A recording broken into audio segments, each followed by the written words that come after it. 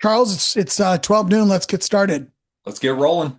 All right, so we are glad you're here for the Mile High Market Brief. We've got a number of stories that we've compiled to share today, and we are starting with a story that's a little bit of what do you call it?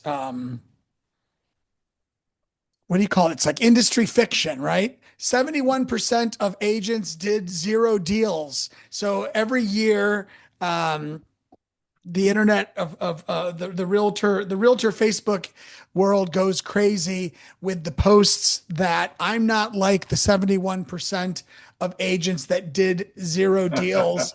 And of course, when you put something on Facebook, it becomes officially true. And so NAR did a little study into the viral 71% zero deals claim. And here's what we found out. It's completely false. The actual numbers are much lower. According to NAR's 2026 member profile, 6% of individual realtors had zero transactions, 2% of teams had zero transactions. Um, and what they say in their story, where's the story from, Charles? Was this from Uh, Housing this, Wire? this is Housing Wire, yeah. Yeah.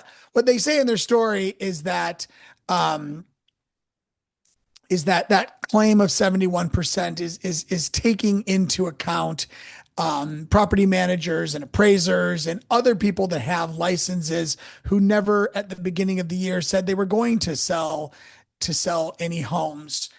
Charles, what else do you see in here? Yeah, I think what's interesting is just how you started this conversation, which is funny. I didn't think that you were going to go that direction. And yet I think that Abraham Lincoln once said you can't trust everything that you read on social media. And so when we're going through and we're looking at this, I think that's absolutely important. Like, firstly, to be that real estate economist of choice, guys, this just shows you that people are looking at Instagram, they're looking at Facebook, they're looking at TikTok, and that's where they're getting their news from. And so Yeah. this should just be a clear indicator for every last one of us that we should be on social media and making sure that we're putting out the right news for our consumers and looking at this like we're looking at these numbers, and to your point, Russ, like this is also showing the people that said, I'm gonna go get my real estate license and start doing fix and flips, or I'm gonna go get my license because I'm bored, and they never do anything with it. And Right. you're absolutely right. This is non-professional real estate agents that was getting this survey, not people who have raised their hands that are making this a career to take care of their families. Yeah. And I think the other interesting point is like, if you as a realtor think that posting that 71% of our people in our industry do nothing, if you think that helps you sell more homes, then you probably ought to really um, think again. Because like saying that our industry is filled with people that don't do anything, it doesn't make you look better. Yeah. Uh, by the way, I think the 6% number here is probably not true either. I say that as a brokerage owner or an owner of multiple brokerages. Like that number doesn't make any sense to me either. But I think the real number is somewhere between the 6% and the 71. Yeah. Here- Here's maybe the more important thing from this story in Housing Wire. 91% of sellers decided to use an agent in 2025, and 88% of buyers chose to use an agent in 2025. And most importantly, those two numbers are up than 10 years ago. So, we wake up every day wondering, I think, how much AI is going to take away our industry. And things are different than they used to be in lots of places, and more people than ever with increases in technology usage, more people than ever are choosing to use a realtor. Yeah, absolutely. So um Charles, why don't you take lead on this compass thing? Yeah, this is interesting. This actually got some Facebook traffic yesterday as well. And it was kind of interesting because when we look at this, this is a transaction fee. And you look at this, and I think the headline's super misleading. It says Compass sued by home buyers over 475 transaction fee. And like a $475 transaction fee is not what is the issue when you go through this story. The issue is this, that language that there was going to be a $475 transaction fee was never disclosed. And when they go through, guys, here's I think the important thing as we're looking at how we conduct real estate business in our own businesses. One of the biggest things that we need to make sure that we're doing is disclosing and that we're being very upfront about any business practice that we are going to be executing along the way. And so as we're going through here, they're saying this is a proposed class action lawsuit. And while nothing has happened yet, this is truly over $475 that was not brought up in the very beginning of the transaction. 30 days later, there is a line item for $475 on a property that was probably five, six, $700,000. And this is where the issue has popped up. And so, Russ, like when you're looking at a transaction fee, firstly, are we seeing these in our industry? And what is your take on what we're seeing with this super litigious time that we're in right now?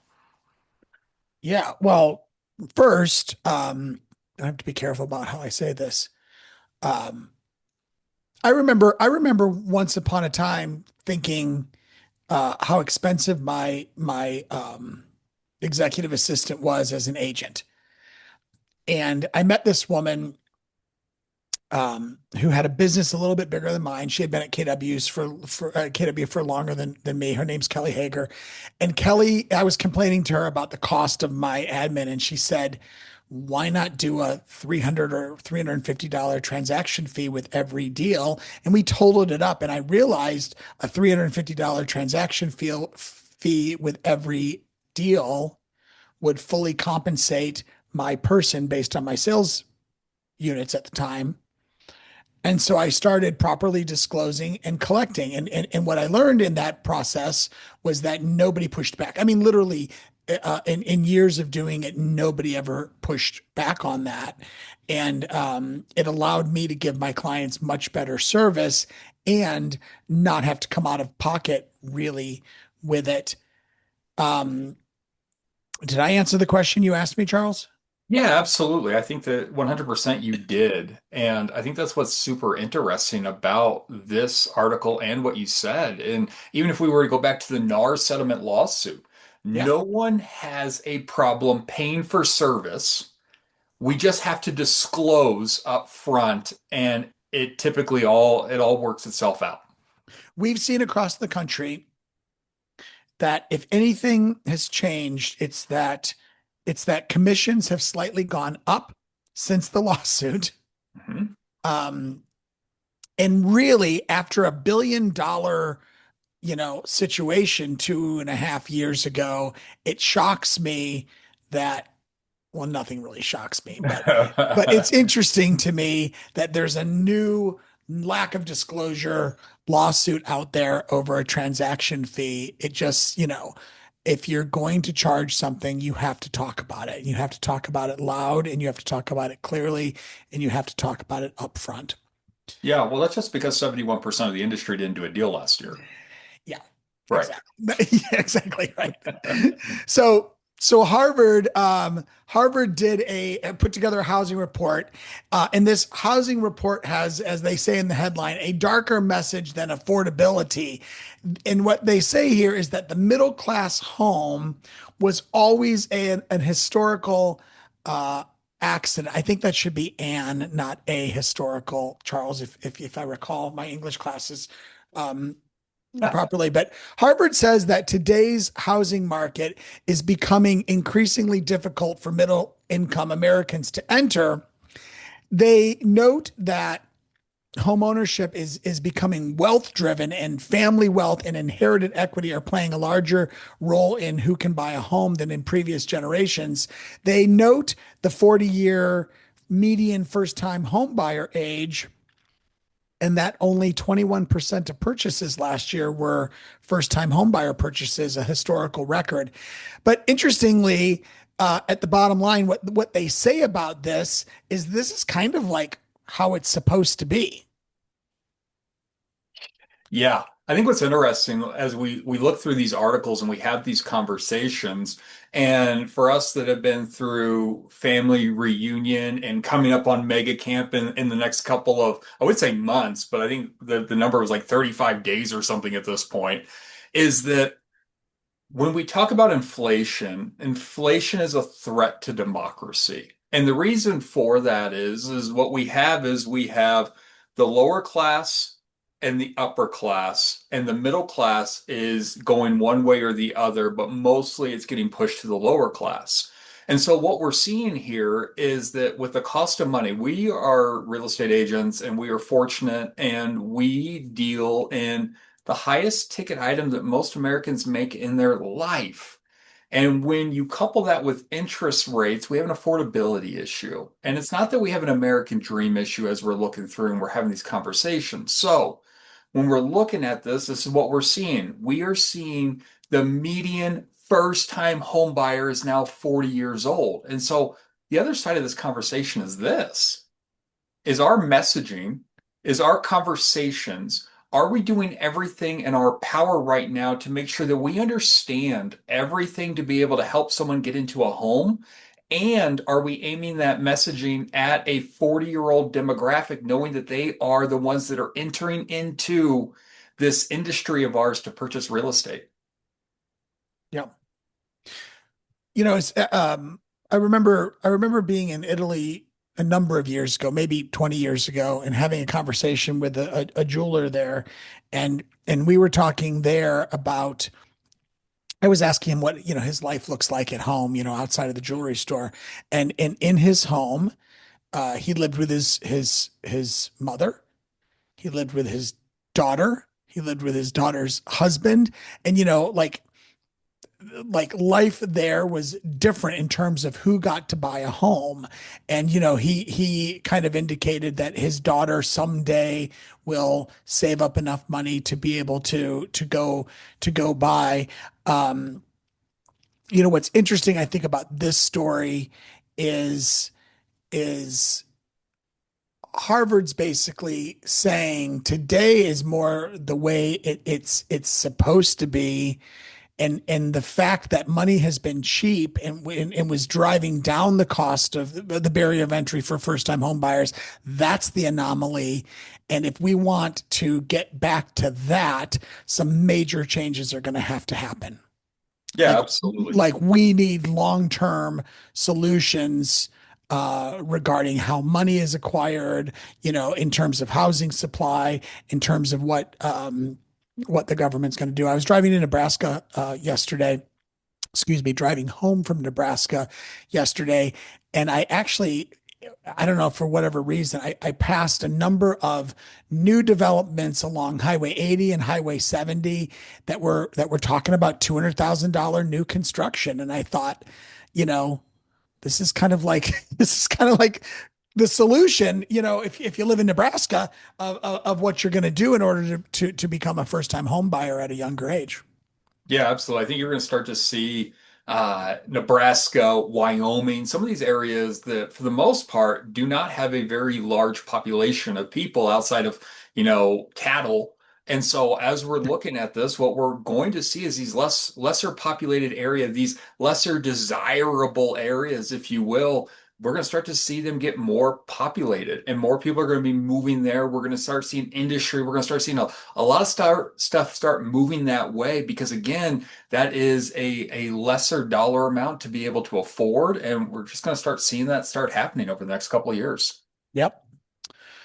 All right. So we decided to throw this article in here.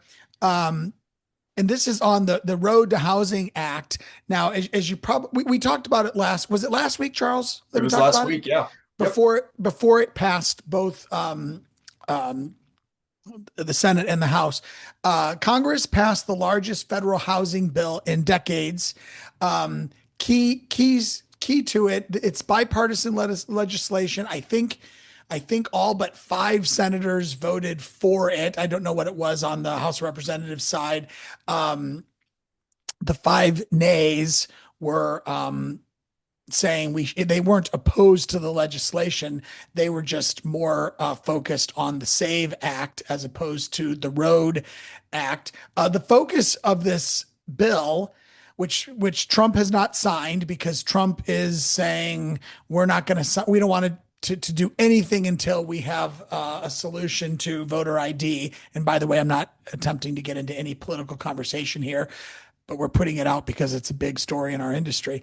Um, the focus of this Road to Housing Act is to reduce regulatory barriers, to streamline approvals, and to encourage faster housing development, which we were just talking. Manufactured housing gets a boost.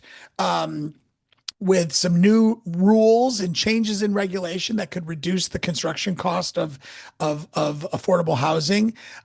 Institutional investors will be given more limitations in order to prevent them from scooping up industry and making it harder for first-time home buyers and lower income home buyers to get properties. And then communities are being rewarded in this for building. So federal incentives to help cities and states increase their housing. Charles, what's your blank here? Yeah, I think that as we looked at this, we talked about this last week, that this does not lock in mortgage rates. This does not help us with getting more people employed into the housing sectors. This does not fix the cost of lumber, and it doesn't do local zoning. But what it's going to do is it's going to look at some building practices. It's going to be able to push go a lot quicker on some things for us. And so we don't necessarily believe that this is going to have a huge impact, at least in Colorado. And at this rate, what we will see is that eventually it will get passed. And yet, what we do know is there's a little bit of a stall at this point, and we're just going to have to hang on and just see what happens next. Yeah. And I think that's the point. When something has bipartisan support in the Senate and in the House of Representatives, I mean, I don't know what it's going to take to get it signed into law, but I think it's on the way. And I what I liked hearing, and I'm somebody who watches all news channels so that I can see what every side's saying. What I found interesting is that nobody has anything bad to say about the Road to Housing Act. It's No. completely positive. So I think we see it happen as soon as we. And no one will, right, Russ? Like, as we're going Yeah, through and we're looking at this is going to be on every political candidate's docket from here until forever at this point. yeah, We're going to be talking about housing because every American can get behind that the cost of housing is unattainable at this point, and we have an affordability issue. And who yep, can't get behind a let's get this housing more affordable? Everyone, I don't care if you're a Republican or a Democrat, can get behind that message. absolutely. So, Charles, you picked an article from Housing Wire about housing surviving the Iran conflict. What did you see in here? Yeah, so this is the Logan Motoshami, right, guys? We go through this every week and we look at just what Logan's looking at. And so as we're going through, this is what's interesting. And we're going to probably have this conversation from now until who knows when. And what we're looking at is this. We are looking at interest rates are not going down very quickly, right? We are seeing interest rates pretty much hovering. And if it's not one thing, it's another. And the most recent thing that has been the conversation that we've been having is this conflict in Iran, right? No one had war going into 2025 as something that or 2026 that we expected. And one of the things that this has done is it has increased the cost of oil. And with the increased cost of oil, we've seen goods go up because everything takes oil to be able to get it out to us. With that being said, we're seeing pending homes go up. We're seeing purchase mortgage application data go up. We are not seeing a huge downfall of people raising their hands wanting to buy real estate. And we believe that this is the reason why. Since 2022, at least the second half, when we saw interest rates skyrocket as quickly as they did, and they stayed elevated, we just kept hearing news stories about Airbnb bust, the housing crash, the silver tsunami. Insert whatever here, and it never happened. And right now, we're seeing all these Americans that have sat on the sideline waiting for something to happen, for nothing to happen. They're finally having to move because life has happened. And so, as we're looking at this, Russ, and we're thinking about buyer demand or inventory, even price reductions, what should we be looking at as real estate agents or be thinking about? Yeah, I think that we have to remember that despite what the news might try to say about how we should be feeling about our industry or about the market, people still need to buy homes. And right now, I mean, I don't know what we're on pace for anymore because I kind of get lost in the numbers a little bit. I think we're saying 4.1 million sales, something like that, 4.2 million. It depends who you ask, but there's a baseline number of sales around 4 million that are going to happen every year, no matter what. And I don't think it matters too much what's going on around the globe. That's going to just happen. And so, what our job is to find the people who are having to move, um, even when conditions are less than optimal. Life doesn't pause for a you headline, you Right. know. So, And that's what's interesting, right, Russ? Like when we're going through and we're thinking about 2021, it was really go walk into insert wherever you frequent regularly and go have a conversation with someone, mention real estate, and you're going to go find a buyer and or a seller because money was free. And yet that was an anomaly that we all just got used to, just like our clients looking back at 2021 on what their neighbor's home sold for. So we just got to get back to the basics. We need to go find them motivated. We need to have as many conversations as possible to be in emotional proximity to people. So when they're thinking about transacting business because life happened, they're thinking about us. And that's the cool part about this industry. yep, stay in front. All right. So, I think this is our last slide, Charles. Nope, maybe there's one more. Why we aren't building more homes. Demand, not supply, is the biggest issue. Builders are ready to build, but there aren't enough qualified buyers to justify ramping up construction. So, we saw in May new home sales uh, fell 7.3% from April and 6.8% from the previous May. So builders as a move are using incentives to keep sales moving. They're buying down rates. They're giving away refrigerators. I had one of those recently. Without these incentives, sales could be weaker. And we note that builders are being cautious. I mean, they're afraid of getting stuck with a ton of inventory sitting on the market.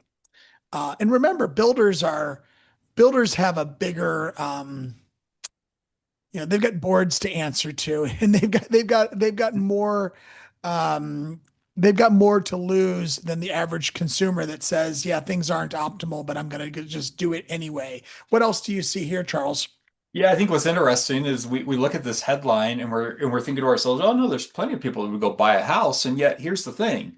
These guys are a for-profit company. They're not the March of Dimes, right? They're not a charity. And so what do they have to do? To Russ's point, they have people that they have to answer to. They have shareholders. Well, what do their shareholders want? They want a return on their money. They want a better return on their money investing in them than they could in XYZ company. And so how do they do that? Well, they keep the spigot turned as low as they can to have just enough inventory being pushed through so that they can keep their profit lines as high as they possibly can, even when we're in a slower market. And so this is what we're seeing because we know that if you don't know history, you're doomed to repeat it. So we think about when we had the great housing recession and what happened. Builders got caught holding the bag. They were building and they were building, and if we build it, they will come was the mentality. And then what happened? They built and no one was coming anymore. And so they had all of this inventory that they were sitting on. They're not going to make that same mistake twice. And so that's what we're experiencing right now. Yeah. I look at the area where I live and the builders there is one prominent builder in Metro St. Louis, Missouri who's from before 2008. Everyone Yeah. else is new. Because they got so screwed in the Great Recession. You can see it here in this all employees residential building construction. I mean, look at that, that unbelievable drop in employment in one industry.